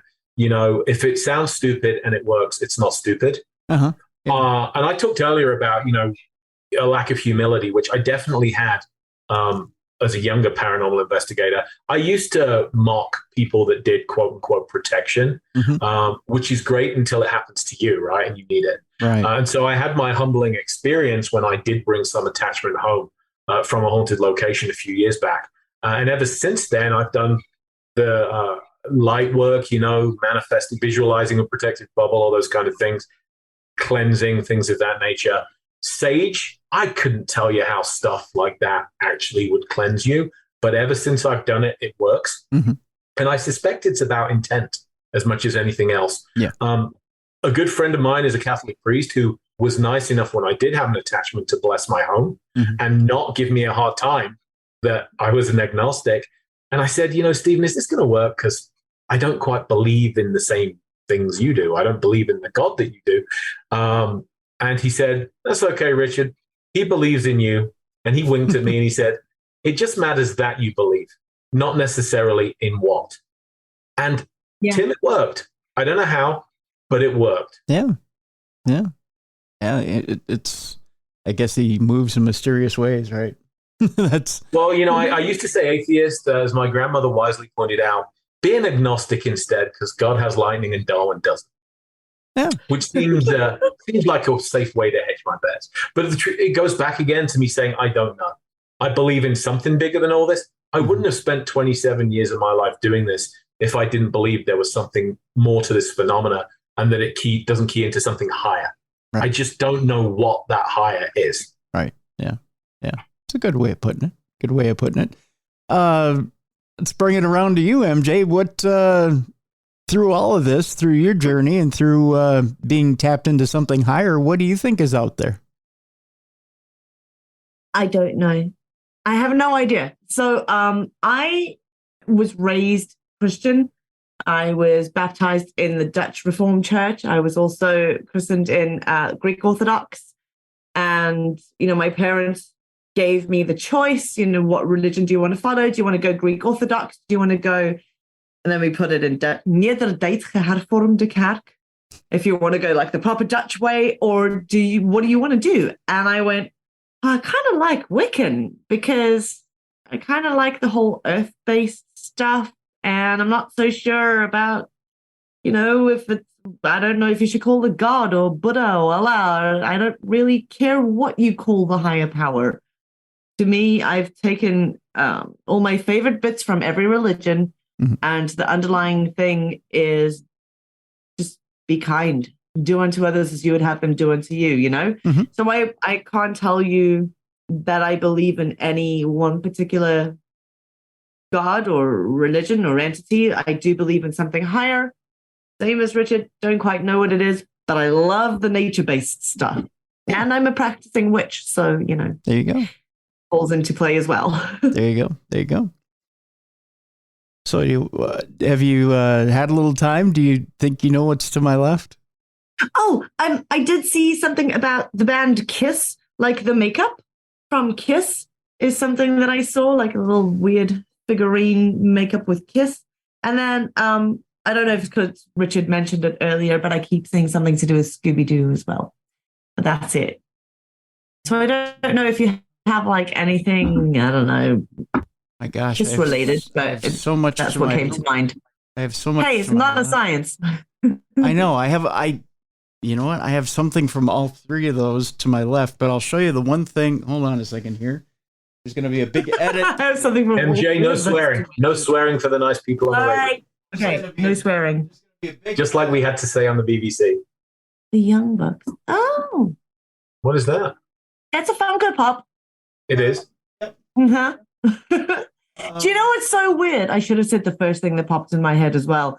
So when I said Funko Pop, the first thing that popped in my head was Sam and Dean Winchester. But then I thought, no, don't be ridiculous. It's only because I want the Sam and Dean Winchester Funko Pops. So I didn't say that out loud. You're obsessed with that show. I am obsessed with that. I am literally obsessed with that show. Everything about it. I love it. Yeah, I've got, I'm trying to remember where my Scooby-Doo stuff went. I've got a whole shelf to my left that's got different, I'm such a geek. I've got different action figures and stuff like that to my left. It's all over there. So yeah, you're probably seeing everything I have on my left.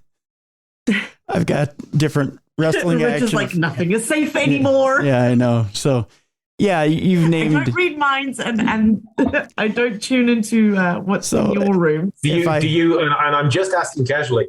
Do you tune into browser histories? Because that stuff is research. Sure, it is. To be fair, my browser history. Oh, there we go. So, my browser history is probably really scary too. But no, it is all research. It's for writing blogs and things, and how long it takes for bodies to decompose and that sort of thing is all for research. I promise. It is all for research. Well, that's good. That's good. Before we leave you today, folks, I got to tell you my own personal story with MJ, which kind of knocked me off my feet. The last time we talked, MJ and I off air, after our interview in October, she messaged me right away, after we got off the air and said, there's been this woman that's been in my house, not physically, otherwise that'd be an intruder and the Hat Man would show up. But there's been this woman in spirit who's been standing in my house. It was kind of all day, wasn't it, MJ? Wasn't she there? Yeah, she kind of hung around until we had our chat, and then I didn't know if I should bring it up during our talk, so I messaged you directly afterwards. Yeah, and she said she goes by Susie or Susu, and I don't know, she has a message for you. Do you know who this woman is? And just about shit myself at that point. And I said, oh, yeah, I know who that is. That's my grandmother. That's my father's mother, and very close to her. She practically raised me as a kid, because my parents were divorced when I was 13 years old, and my grandparents kind of picked up the ball from there, and they raised us, us three kids. And she said, well, she has a message for you, and that was at a point shortly before I had my heart failure event. It was right before I went in to go get my shot in my eye, my shot in my neck, which touched off the heart failure event. In fact, it was a matter of days, and basically, you brought forth a message that just let me know that although I was going to have a rough time, everything would be okay, and there were going to be people there on the other side there for me. And I tell you, MJ, although it was scary to hear, I got the message I needed right before I needed it. And I did everything I was told I had to do in order to get to be right here, right now. And I have to thank you so much, my friend. I appreciate it so much. You're very welcome. And we kept you this side of the Ouija board. That's right. This side of the Ouija board, which is so important. So I want to thank you so much for that. You're very welcome. The book is Never Goodbye, Only Goodnight, Lessons from the Afterlife. MJ Dickson is the author of that book. We have a link in the description of this program. I encourage you so much to go get it right now. There's so many good stories in there, so many good lessons, and just so many good relationships that you'll learn about in that book as well. And so much. It's such a fast read, MJ. I don't know how else to put it. That it's such a good read, a fast read. And yeah, there's a guy who writes a foreword in there. I don't know. I've heard about him too. Richard Estep. I mean, the foreword's okay. Yeah, it could have been. It could have been better, but I know what you said. Richard Estep, also, thank you so much, Richard, for being with us as well. Thank you. Always a pleasure, Tim. Thank you. Folks, want to thank you so much for joining us this week and being with us this week. We appreciate you supporting the program. Also want to thank our sponsors for this week. Blue Chew and Microdose Gummies. Be sure to patronize them as well. There's links at darknessradioshow.com that you can click on and follow them. Otherwise, it's bluechew.com or microdose.com, and you can patronize them. By the way, they are supporting the show. They're putting their money where their mouth is. And by all means, check both of those sponsors out and support them and let them know that you heard about them right here on Darkness Radio. Folks, be sure to take care of yourself and each other. Do something good for somebody this weekend. when you have a chance, there's lots of people that are suffering out there and need your help and your attention. Be a good neighbor, be a good citizen, go out there and help somebody this weekend. Whatever you can do, whether it's somebody who may need some snow shoveled out there this weekend and you can help them, or maybe just $5 to an organization out there for somebody who's in need. Do what you can this weekend to help somebody who's in need this weekend. It'll not only help yourself feel good, but it'll help somebody else feel good. And we'll leave this world a little bit better than the way we found it. Thank you so much for listening this week. Join us again next week for more of the best in paranormal programming. This has been Darkness Radio.